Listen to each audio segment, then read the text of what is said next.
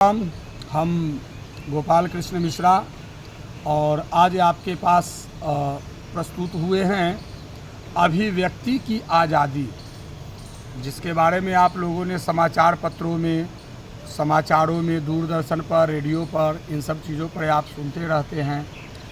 और आज जो अभिव्यक्ति की आज़ादी पर जो नंगा नाच जो लोग किया जा रहा है, लोगों के द्वारा जो किया जा रहा है, चाहे वो आध्यात्मिक लोग हों, चाहे वो राजनीतिक लोग हों, आध्यात्मिक लोग भी कर रहे हैं अभिव्यक्ति के नाम पर आज़ादी। अपने धर्म का नंगा नाच किया जा रहा है, लोगों को बरगलाया जा रहा है।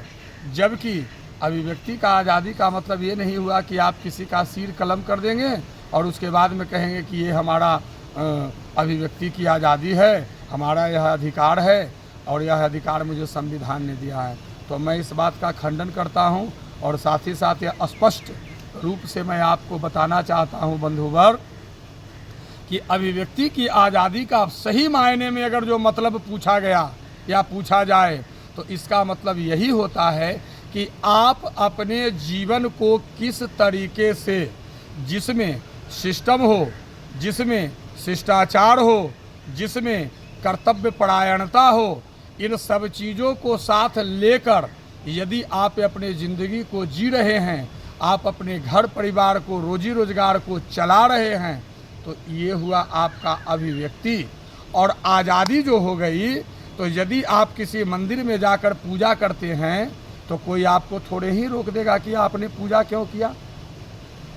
अगर आप कोई कारखाना में जाकर काम करते हैं तो कोई थोड़े ही आपको आकर रोक देगा कि आप कारखाना में काम क्यों करते हैं।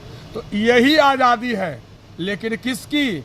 अभिव्यक्ति की आज़ादी, कि आप अपने जीवन को किस तरीके से ढालते हैं, किस तरीके से चलायमान करते हैं, जो कि आने वाली पीढ़ी के लिए या आपसे जो निचले पीढ़ी के लोग हैं उनके लिए एक तरह से अनुकरणीय हो, वंदनीय हो और प्रेरणादायी भी हो।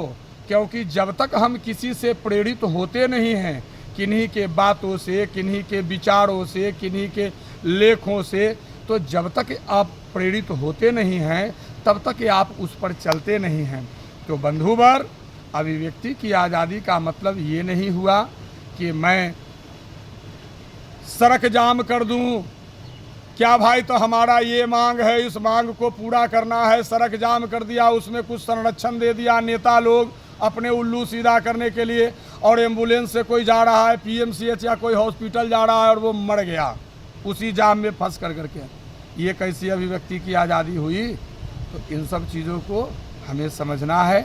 और आप अपने जीवन को किस तरीके से ढालते हैं यह स्वयं आप पर डिपेंड करता है। क्योंकि प्रत्येक मनुष्य, प्रत्येक मानव अपने जीवन का निर्माता स्वयं है। वह स्वयं चाहे तो अपने जीवन का उत्थान कर ले, या अगर वह स्वयं चाहे तो अपने जीवन का पतन कर ले।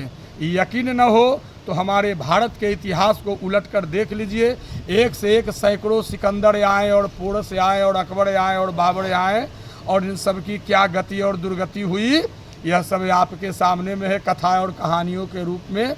उन्हीं के बीच में तुलसीदास भी आए, सूरदास भी आए, कालिदास भी आए, रहीमदास भी आए, इन सब लोग भी आए। इन सब लोगों की भी इतिहास और कहानी और जीवनी को पढ़े। इन लोगों ने कैसे अपने जीवन को सदगति कर दिया कि उनके आज इतने वर्ष हो गए मृत्यु को, फिर भी आज लोग उन्हें देवी और देवताओं की तरह पूजते हैं। तो बंधुवर, हमारा बस केवल इतना ही कहना है कि अभिव्यक्ति की आज़ादी के नाम पर जो नंगापन जो हो रहा है, इन नंगापन पर हमें ध्यान देना है और जागने की आवश्यकता है, चेतने की आवश्यकता है। अब वो 1947 वाला हमारा देश भारत नहीं रहा कि कोई आया उल्टा सीधा पढ़ा दिया, कुछ प्रलोभन दे दिया और हम उसी के हो लिए।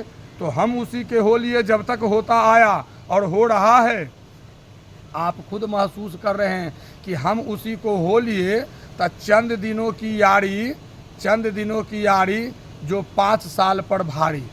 ठीक है, अब फिर मिलते हैं एक अगले अंक में। तब तक के लिए नमस्कार, श्री राधे।